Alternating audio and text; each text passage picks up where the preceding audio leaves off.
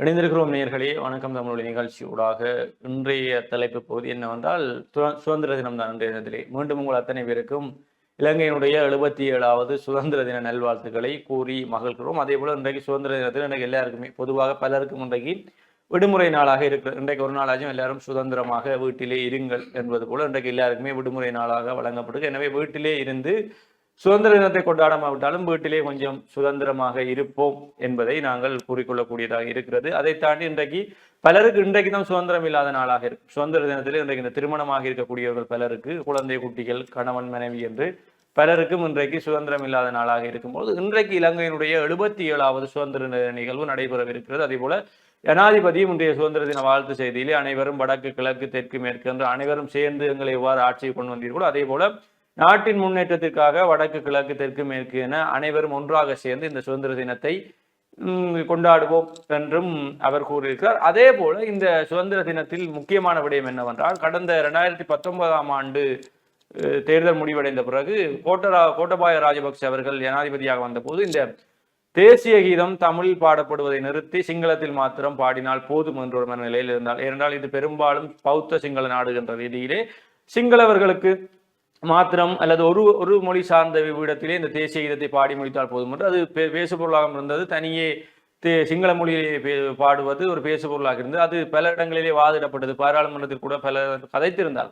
ஆனால் அப்படி இருக்கும்பொழுது அது ஒரு முடியாத செயலாகவே இருக்கும்பொழுது ஒரு கட்டத்திலே தமிழ் மக்களே அதை விட்டுவிட்டார்கள். இது அவர்களுக்கானது, அவர்கள் இதை கொண்டாடி திருக்கும் பொழுது இலங்கையை பொறுத்தவரை இந்த சுதந்திர தினம் எவ்வாறு பார்க்கப்படுகிறது? இன்றைக்கு விளம்பரி நாளுடைய ஆசிரியத்திலேயும் அப்படித்தான்.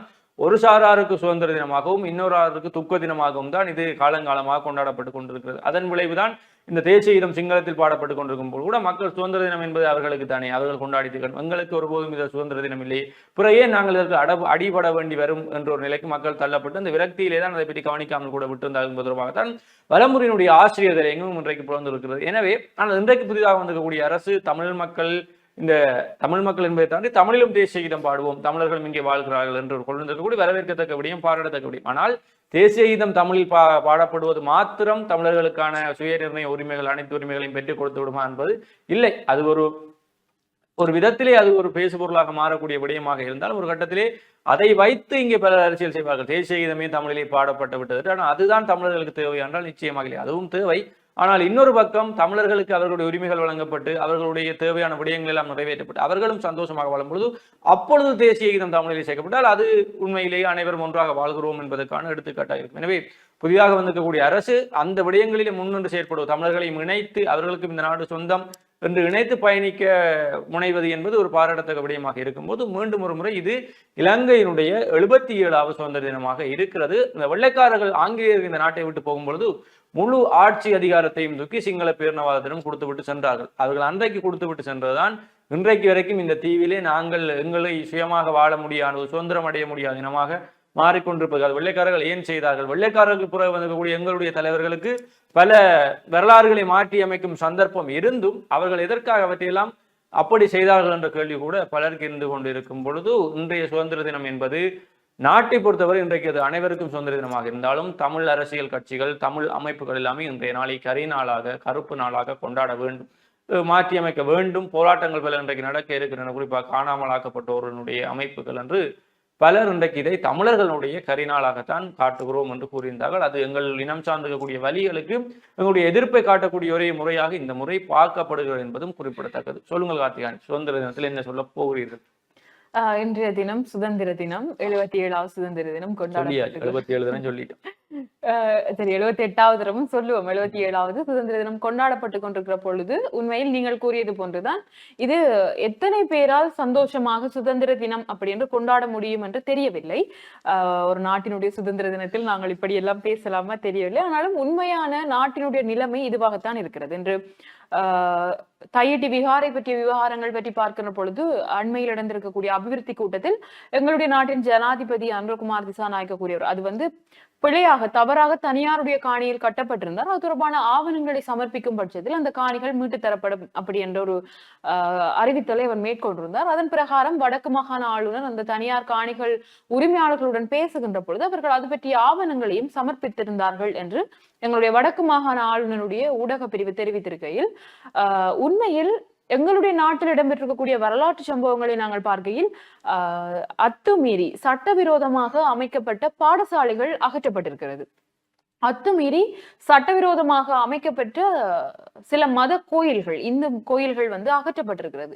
இப்படியான வரலாறுகள் எல்லாம் இருக்கின்ற பொழுது அத்துமீறி ஒரு தனியாருடைய காணியில் அமைக்கப்பட்டிருக்கக்கூடிய இந்த விகாரையும் அகற்றப்பட வேண்டும் அப்படி என்பதுதான் பொதுமக்களுடைய கோரிக்கையாக இருக்கிறது. இது தனியாருக்கு சொந்தமான நிலம் என்ற பட்சத்தில் அது பற்றிய அது ஒன்று அந்த காணியை தங்களிடமிருந்து அரசு உரிய முறையில் பெற்றிருக்க வேண்டும். இல்லை என்று சொன்னால் அதற்குரிய ஆவணங்கள், இது ஒரு வேளைகளில் பல காலங்களுக்கு முன்னர் அந்த விகாரைக்குரிய நிலமாக இருந்திருந்தால் அது பற்றிய ஆவணங்களை சமர்ப்பித்திருக்க வேண்டும். ஆனால் தனியார்கள் அந்த காணி உரிமம் தொடர்பான சரியான பத்திரங்களை வைத்திருக்கின்ற பொழுது அரசாங்கம் அத்துமீறி அடாவடித்தனமாக அமைக்கப்பட்டிருக்கக்கூடிய இந்த திஸ்ஸ விகாரை அகற்றப்பட வேண்டும் என்பதுதான் இன்று வடமாகாணத்தில் பெரும் பேசுபொருளாக இருக்கிறது. அதனைத் தொடர்ந்து இன்றைய நாள் 77வது சுதந்திர தினம் கொண்டாடப்பட்டாலும் தமிழில் தேசிய கீதம் இசைக்கப்பட்டாலும், அது நீங்கள் கூறியது போன்று தமிழில் தேசிய கீதம் இசைக்கின்றார்கள் என்பதற்காக ஒரு பெரிய மாற்றம் எல்லாம் இடம்பெறவில்லை. அது இடம்பெற்று கொண்டு வந்த விஷயம்தான் இடையில் வந்திருக்கக்கூடிய திடீர் அரசியல் தலையீடுகளின் காரணமாக நிறுத்தப்பட்டிருந்த ஒன்று மீண்டும் ஆரம்பிக்கின்றது. இதனால் தமிழ் தரப்பிற்கு பெரிய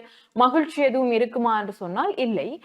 அதே நேரம் இன்று வடக்கு கிழக்கில் இந்த காணாமல் ஆக்கப்பட்டவர்களுடன் தொடர்புடைய சங்கங்கள், அமைப்புகள் கரிநாளாக இந்த நாளை பிரேரணை செய்திருக்கிறார்கள். இன்றைய நாள் கரிநாளாக அனுஷ்டிக்கப்படுகிறார்கள். அதனைத் தொடர்ந்து யாழ்ப்பாண பல்கலைக்கழகத்திலும் நேற்றைய தினம் கருப்பு கொடிகள் எல்லாம் கட்டி இன்றைய நாளை கரிநாளாக, இலங்கையின் சுதந்திர தினத்தை கரிநாளாக அவர்கள் அனுஷ்டிக்க போவதாக தெரிவித்திருக்கிறார்கள் தகவல்கள். அதன்படி இப்படி வடக்கு கிழக்கில் கரிநாளும் மற்ற இடங்களில் இலங்கையின் சுதந்திர தினமும் கொண்டாடப்பட்டு வருகின்றது. ஒட்டுமொத்தமாக சுதந்திர தினம் அப்படிங்கிற பொழுது பாடசாலைகள், பல்கலைக்கழகங்கள், அரசு திணைக்களங்கள், தனியார் துறைகள் எல்லாருமே இன்று விடுமுறையாக இருக்கின்றது. பலர் இன்றைக்கு ஒரு பெரிய ஒரு லீவ் எடுத்துக்கொண்டு வீட்டுல சந்தோஷமாக இருப்பார்கள் அப்படின்னு நாங்க நினைக்கிற மாதிரி. நீங்க சொல்லுங்க, வீட்டுல லீவோட இருக்க போறீங்க, என்ன மாதிரி உங்களோட பிளான் எல்லாம்? அதான் வீட்டுல லீவ் போட்டுதான் விடிய நான் இங்க வந்திருக்கிறேன். என்ன விடயமாக இருந்தாலும் இந்த ஒருவனுடைய சுதந்திரம் என்பது அடுத்தவனுடைய மூக்கு நுனி வரைக்கும் என்பதுதான் கூறியிருக்க அறிஞர்கள். அடுத்தவனுடைய மூக்கு நுனி வரைக்கும் தான் ஒருவருடைய சுதந்திரம் என்று இருக்கும் பொழுது உண்மையாக பெரிய உதாரணங்கள் அந்த வகையில் அண்மையில் நடந்துக்கூடிய இந்த தையிட்டி விகாரை, ஏற்கனவே இந்த கூட்டத்தில் எடுக்கப்பட்ட முடிவு அதை மாற்றி அமைத்து அடாத்தாக காணி பறைக்கப்பட்டு இராணுவத்தினுடைய ஆதரவுடன், போலீசாரினுடைய பாதுகாப்புடன் ஒரு விகாரை என்பது கட்டி முடிக்கப்படுவது என்பது இங்கே எங்கே சுதந்திரம் இருக்கிறது என்ற ஒரு கேள்வியை இல்ல, இதைத்தானே பிரித்தானியர்களும் செய்தார்கள், இதைத்தானே ஒல்லாந்தர் போர்த்துகேயர்களும் செய்தார்கள். இன்னொருவனுடைய காணி இன்னொருவனுடைய நாட்டில் அடாத்தாக தங்களுடைய மதத்தை பரப்புவதாக இருக்கட்டும், தங்களுடைய வர்த்தக நோக்கங்களை பரப்புவதாக இருக்கட்டும், இதைத்தான் அவர்களும் செய்தார்கள். அவர்களுக்கு எதிராக போராட்டம் செய்திருக்கக்கூடிய இந்த நாட்டில் மீண்டும் ஒரு சிறுபான்மை இனத்திற்கு செய்வது என்பது எங்கே சுதந்திரம் என்ற ஒரு கேள்வியை, அப்படியான ஒரு ஆதிக்கத்தை தாண்டி சுதந்திரம் அடைந்ததை நீங்க சுதந்திரமாக கொண்டாடக்கூடியவர்கள் நீங்கள் கொண்டாடுங்கள். ஆனால் இன்னும் அந்த ஆதிக்கத்துக்குள் இருக்கக்கூடியவர்கள் அதை சுதந்திர தினமாக ஏற்க மாட்டார்கள் என்பதை நீங்கள் விளங்கிக் கொள்ள வேண்டியதாக. இது சாதாரண மக்களுக்கும் விளங்கியிருந்தால் கூட இன்றைக்கு சில அரசியல்வாதிகளுக்கு, புதிதாக நுழைந்திருக்கக்கூடியவர்களுக்கு, அண்மையில் ஈழ நாட்டினுடைய ஆசிரியர்கள் புதிதாக நுழைந்திருக்கக்கூடிய இந்த கோடாலி காம்புகளுக்கு இது விளங்குகிறது இல்லை என்பதுதான் மிகப்பெரிய கவலையாக இருக்கிறது. குறிப்பாக பலர் கூறுவார்கள் ஒரு மத நல்லிணக்கத்தை குலைக்கும் அல்லது முரண்பாட்டை ஏற்படுத்தும், அது ஒரு ஏற்றுக்கொள்ளக்கூடிய விடயமாக இருந்தாலும், ஆனால் இதே நாட்டிலே தான் சட்டத்துக்கு எதிராக கட்டப்பட்ட இந்து கோயில்கள் அடித்து, இதே நாட்டில் தான் கார்த்திகை தீபங்கள் ஏற்றப்படுகின்ற பொழுது அது வேறு நோக்கம் சார்ந்தது என்று சொல்லி விளக்குகள் எல்லாம் கோயில்களில் காலால் உதைக்கப்பட்ட பள்ளிவாசல்கள் இடிக்கப்பட்டன. அப்படி இருக்கும் பொழுது ஏன் பௌத்தத்துக்கு மாத்திரம் முன்னுரிமை கொடுக்கிறீர்கள்? அனைத்து மதங்களையும் ஒன்றாக பாருங்கள் என்பதுதான் எங்களுடைய கேள்வியாக இருக்கிறது. வரலாறு தெரியாமல் புதிதாக அரசியலுக்கு வந்திருக்கக்கூடியவர்கள் கதைக்க வேண்டும் என்பதற்காக சமூக வலைத்தளங்களைப் போல கூட்டங்களிலும் கதைப்பது என்பது இனத்துக்கு எவ்வாறு ஆரோக்கியமான விடயம் என்பதற்காக பல்வேறு விடயங்கள் இருந்து வரும். எப்படி நாங்கள் எங்களுடைய சுதந்திரத்தை கொடுத்து தான் நாங்கள் இங்கே வாழ வேண்டும் என்பது எங்களுக்கு தேவையில்லாத ஒரு விடயமாகத்தான் இருக்கிறது. இன்றைக்கு ஒரு எங்களுடைய சொந்த வீட்டை விட்டு ஒருதன் இடித்து அதிலே ஒன்றை கட்டி விட்டு உனக்கு வேறு காணிதர்களும் இடத்தை விட்டு வெளியேறினால் நீங்கள் வெளியேறுவீர்களா என்பதை முதலிலே யோசித்து பார்க்கலாம். அப்ப சுதந்திர தினத்திலே ஒரு சுதந்திரம் என்பது ஒரு அடுத்தவனுடைய மூக்கு நுனி வரைக்கும் தான் இருக்கிறது என்னும் பொழுது அதை தாண்டி அடுத்தவனுடைய காணிக்குள் சென்று அதை பறித்து இதை பறித்து வாழக்கூடிய உங்களுடைய நிலைமை என்பது எந்த அளவிற்கு அது ஏற்புடையதாக இருக்கும் அல்லது இது எங்கே சுதந்திரம் இருக்குது என்பது கூட பல கேள்விகளை எழுப்பிக் கொண்டு, அதை தாண்டி காணாமலாக்கப்பட்டவர்கள் இன்னும் சுதந்திரம் அடையாமல் அவர்கள் இருந்து கொண்டிருக்கிறார்கள். அவர்கள் சிறைச்சாலை இருக்கிறார்களோ இல்லையோ, இருந்தால் சிறைச்சாலைகளில் இருந்தால் அவர்கள் சுதந்திரம் அடையவில்லை. அவர்கள் சார்ந்த குடும்பங்கள் இன்னும் வீதிகளிலே போராடி கொண்டிருக்கிறார்கள். பிள்ளைகளுடைய வாழ்வில் இன்னும் விடியல் கிடைக்கவில்லை, மனைவிமாருடைய வாழ்விலே விடியல் கிடைக்கவில்லை, பெற்றோர்களுடைய வாழ்விலே விடியல் கிடைக்கவில்லை. இன்னொரு பக்கம் அவர்கள் ஒரு பக்கம் தங்களுடைய சுதந்திரத்துக்காக போராடி கொண்டிருக்கிறார்கள். ஒவ்வொரு ஜனாதிபதியிடமும் ஒவ்வொரு சுதந்திர தினத்தின் போதும் அவர்கள் மகஜர்களை முன்வைப்பார்கள். இந்த சுதந்திர தினத்திலாவது அரசியல் கைதிகளை விடுதலை செய்யுங்கள், விடுதலை செய்யுங்கள், விடுதலை செய்யுங்கள். எந்த ஜனாதிபதியுமே அதை கண்டு கொண்டதாக இங்கே தெரியவில்லை என்பதுதான் மிகப்பெரிய மனவர்த்தமாக இருக்கிறது. இன்றைக்கு 285 சிறை கைதிகளுக்கு ஜனாதிபதியினுடைய பொது மன்னிப்பின்களே அவர்களை விடுதலை செய்கிறார்கள். அவற்றிலே எத்தனை பேர் இப்படி இடம்பெற்றுகிறார்கள் என்ற கேள்வி இருக்கிறது. மாற்றத்துக்கான அரசாங்கம் அதிலே கவனம் எடுத்ததாக, குறிப்பாக ஜனாதிபதிக்கு நேரடியாக கடிதம் கூட அனுப்பியிருக்கார்கள். ஜனாதிபதியினுடைய யாழ் விஜயத்தின் போது கூட நேரடியாக கையெழுத்திருக்கார்கள். அதை தாண்டி அன்னூர் அரசாங்கத்தினுடைய எத்தனையோ பிரதிநிதிகள் இன்றைக்கு நாடு பூராக இருக்கிறார்கள், வடகிழக்கில் இருக்கிறார்கள். குறிப்பாக யாழ்ப்பாணத்திலே அவர் 3 பிரதிநிதிகளை கொடுத்திருக்கிறோம். அவர்கள் எல்லாம் என்ன செய்தார்கள் என்ற கேள்வி கூட எழும்பிக் கொண்டிருக்கும் பொழுது, சுதந்திர தினத்திலே எல்லாரும் சுதந்திரமாக வாழ்கிறோமா என்பது ஒரு பக்கம் கேள்வியாக இருக்கிறது. ஒருவர் ஒருவரை உங்களுடைய சுதந்திர கொடிகளை ஒருவருடைய கழுத்திலே காலை நசித்துத்தான் நீங்கள் உயர்ந்து ஏற்றுகிறீர்கள் எனும் பொழுது அது யாருக்கு சுதந்திரம் என்ற ஒரு கேள்விதான் இன்றைக்கு மன்றிலே எழுப்பக்கூடக்கூடிய கேள்வியாகவும் இருக்கிறது. சொல்லுங்கள் கார்த்திகை. நிச்சயமான ஒரு விடயம் தான் இந்த யாருக்கான சுதந்திரம், எதற்கான சுதந்திரம் அப்படி என்று கேட்கிற பொழுது உண்மையில் இன்னமுமே பல விடயங்களில் சுதந்திரம் இல்லாமல் இருக்கக்கூடிய சிறுபான்மை இனங்கள் என்பது சுதந்திரம் இன்னும் அடையவில்லை என்பதுதான் உண்மை. ஆனால் அடிப்படையில் எங்களுக்கான கல்விகளும் மருத்துவங்களும் கிடைத்து விட்டது என்றாலும் ஏதோ ஒரு இடத்தில் எங்களுடைய உரிமைகள் பறிக்கப்படுகின்றது என்கின்ற பொழுது அது எதிர்காலம் பற்றிய ஒரு அச்சத்தை தான் ஏற்படுத்துகின்றது. அதுவும் இல்லாமல் சில அரசாங்கமே எங்களுக்கான தீர்வுகளை பெற்று தருகின்ற பொழுது எங்கள் மத்தியில் இருப்பவர்களே அதற்கு முட்டுக்கட்டையாக இருப்பது உண்மையில் அவர்கள் கோடாலி காம்புகளாகத்தான் இருக்கிறார்கள். நாங்கள் கோடாலி காம்புகள் என்று அவர்களை உவமைப்படுத்தியதன் பின்னரும் அவர்கள் இந்த இனத்தின் வரலாறுகளை தெரிந்து கொள்வார்கள், உண்மையில் அடிப்படை பிரச்சனை என்ன என்பதை தெரிந்து கொள்வார்கள் என்று நாங்கள் எதிர்பார்ப்பது பிழையான விடயம். இப்படிப்பட்டவர்களை எதிர்காலத்தில் அரசியல் சார்ந்தும் மக்களை பிரதிநிதித்துவப்படுத்துவது சார்ந்தும் மக்கள் தெரிவு செய்யாமல் இருப்பதுதான் நல்ல ஒரு விடயமாக இருக்கும். அதையும் தாண்டி இந்த விகாரை பற்றிய விடயங்கள் தான் அதிகம் பேசு பொருளாக ஜனாதிபதி யாழ் வருகையின் பின்னர் இருக்கக்கூடிய ஒரு விடயமாக இருக்கிறது. அதனைத் தொடர்ந்தும் நாட்டின் சுதந்திரம் என்பதை தாண்டி நாட்டின் பாதுகாப்பு எப்படி இருக்கின்றது என்று பார்த்தால், பாதுகாப்பு படையின் செலவு என்கின்ற பொழுது அது வடமாகாணத்தில் தான் அதிகமாக இருக்கின்றதாக அண்மைய தினம் நாங்கள் பத்திரிகையின் செலவுகள் பற்றி போட்டிருந்தார்கள், அதில் பார்க்கக்கூடியதாக இருந்தது. பாதுகாப்பு செலவு என்கின்ற பொழுது வடமாகாணத்தில் தான் அதிக பாதுகாப்பிற்காக அரசாங்கம் செலவழித்துக் கொண்டிருக்கின்றது அப்படி என்று. ஆனால் ஒப்பீட்டளவில் வடமாகாணத்திலும் பிரச்சனைகள் இடம்பெற்றுக் கொண்டுதான் இருக்கின்றது. இதுவரை தை பிறந்ததிலிருந்து இதுவரை துப்பாக்கி சூட்டு சம்பவங்கள் அதிகமாக இடம்பெற்றுக் கொண்டுதான் இருக்கிறது. கொள்ளை சம்பவங்களும் இடம்பெற்றுக் கொண்டுதான் இருக்கிறது. அப்படி என்று சொன்னால் அரசாங்கம் பாதுகாப்பிற்கு செலவழிக்கின்றது என்று சொன்னால் இந்த பாதுகாப்பு அதிகாரிகள் என்ன செய்கின்றார்கள் என்ற ஒரு கேள்வி வருகின்றது.